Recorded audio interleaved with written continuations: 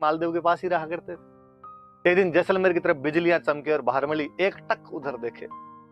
मालदेव जी ने भारमली से पूछा, कैसे, जैसलमेर की याद आ रही है, पीहर की याद आ रही है?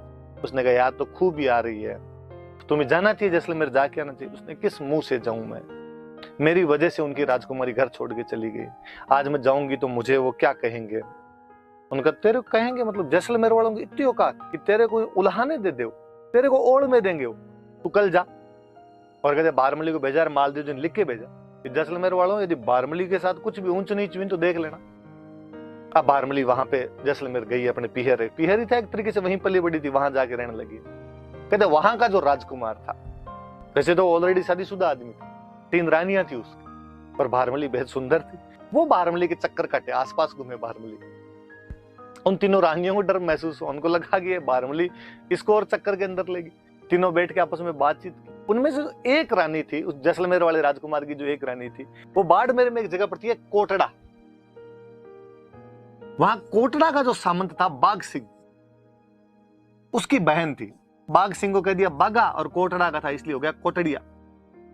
उस बागे कोटड़िया की बहन थी। बागा कोटड़िया धड़ाईती आदमी था। धड़ाईती मतलब जो दिन दहाड़े धाड़े मार ले, डाकू टाइप का आदमी था, पर था रॉबिन हुड।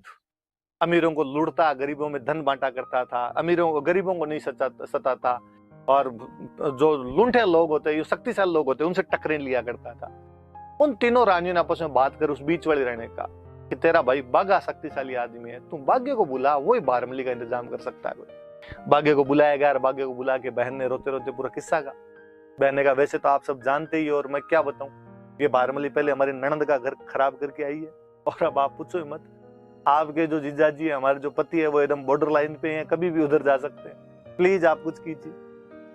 भाग्य ने कहा, ठीक है, ये छोटी सी बात है, कल एक काम करना, कल जब मैं वापस जाऊं तो सीख देने के लिए तू मत आना, भारमली को भेज दे। सीख देना समझते हो? अभी भी घरों में अपने रिवाज होता है कि कोई मेहमान आया हुआ होता है तो जब दूसरे दिन जाता है तो तिलक विलक निकाल के उसको सीख देते हैं। विशेषकर जब भाई बहन के घर गया होता है तो बहन तिलक वगैरह निकाल के उसको वापस जो भेजती है उसको सीख देना कहते हैं। उसने कहा ठीक। दूसरे दिन बागा सुबह सुबह उठते ही बिना चाय पानी पी के ऊंट पे जाके बैठा। जैसलमेर वालों ने कहा, बाग जी क्या हुआ, चाय पानी तो पी के जाओ, सीख तो ले जाओ। उनका नहीं यार, लेट हो रही है, मेरे को कोटड़ा जल्दी जाना है।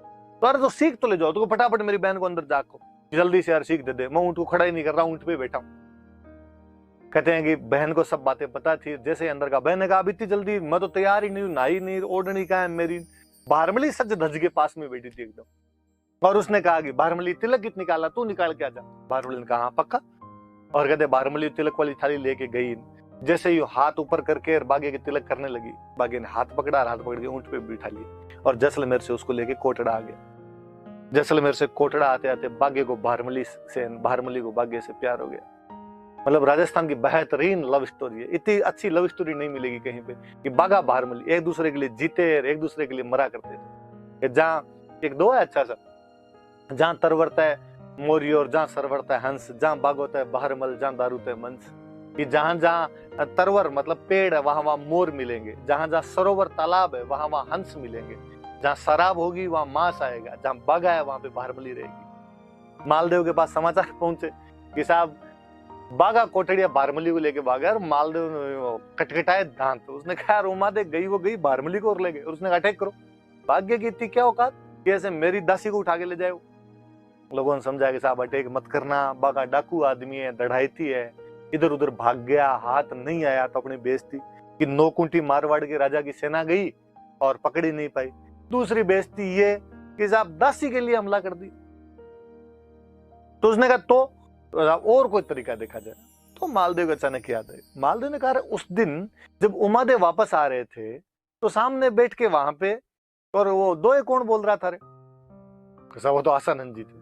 तो आसानंद जी, जब आपकी वजह से उमादेव वापस नहीं आ पाए तो भारमली को आप लेके आओ। आसानंद ने कहा, पक्का, ये मेरी गारंटी। कहते आसानंद जी बागे के पास भारमली लेने के लिए वापस गए। बागे ने जैसे ही सुना कि साहब आसानंद जी जैसा महान विद्वान मेरे पास मिलने के लिए आ रहा है, वो गुण ग्राहक आदमी था। 3 कोस सामने, 9 किलोमीटर सामने गया आसानंद जी के, दंडवत साष्टांग प्रणाम किया उसने जाकर। धन घड़ी धन भाग कोटड़े की धरती के, जो आप जैसा महान विद्वान हमारे पास आए और लेके आया उनको, बहुत सेवा करे उनकी, अच्छे अच्छे शिकार करके लाए उनके, अच्छा खाना पीना खिलाए, भारमली भी अच्छे अच्छे पकवान बनाए, आसानंद जी को खिलाए। आसानंद जी ने जब देखा कि बाघा मेरा इतना ध्यान रखता है, उन्होंने जब देखा कि भारमली बाघा से इतनी बेहंतिया मोहब्बत करती है, आसानंद जी वापस गए नहीं। आसानंद जी कहते हैं वहीं रहने लगे थे, बाघा भारमली के पास ही रहे थे।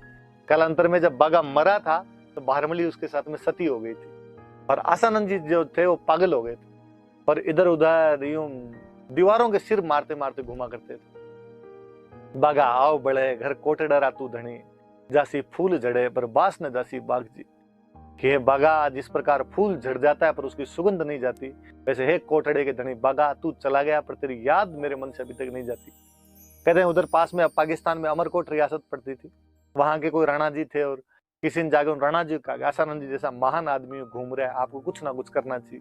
कहते वो आसानंद जी को अपने पास लेके चले गए और अपने पास में रखते, खूब ध्यान रखते, जीव रखते पूरा। पर आसानंद जी बात बात में बातें वैसी करते सारी की सारी कि बाघा ऐसे था, बाघा ऐसे था।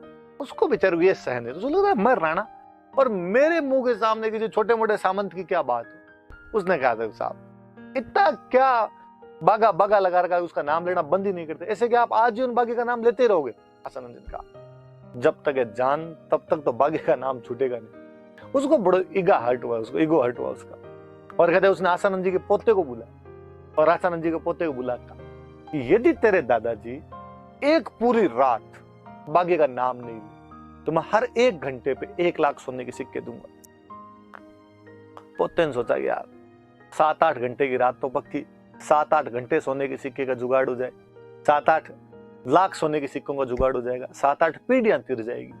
और उसने अपने दादाजी को जागी कहा ये बात। दादाजी ने कहा देख पोते पार तो नहीं पड़ेगी, बाघा मेरे जीव की जड़ी है, कहीं अंदर बसा हुआ है, बाघे को मैं कैसे भूल सकता हूँ, फिर भी तू कह रहा है तो आई विल ट्राई। बिठाया साहब आसानंद जी का, आपका समय शुरू होता है अब। डोकरे ने कई देर तक तो जैसे जैसे दांत किटकिटाए, नहीं बोलना नहीं बोलना नहीं बोलना, पर फाइनली रहा नहीं गया और थोड़ी देर के अंदर दो बोलने शुरू किए। थोड़ थोड़ पग दौड़ करस्या पेट रहे कारण है, रात दिवस राठौड़ बिसरिया नहीं बाघ जी। ये पेट की लड़ाई तो आदमी कहीं पूरी कर लेगा, ये पैसे टक्के की लड़ाई तो कहीं कमाई करके मांग के कैसे पूरी की जा सकती है। इस पेट की लड़ाई के लिए बाघा तेरे को कोई कैसे भूल सकता है। पोते ने माथा पीट लिया। फाइनली आसानंद जी वैसे बाघा को याद करते करते बाद में एक्सपायर हुए थे। क्या बाघा भारमली की प्रेम कहानी है, क्या बाघा और आसानंद जी की दोस्ती है। इतिहास ऐसी कई कहानियों और ऐसी कई दोस्तियों से भरा पड़ा है। खंगाल खंगाल के निकाले जाए तो ऐसे ऐसे प्रसंग उठकर सामने आते हैं कि असंभव होता उन चीजों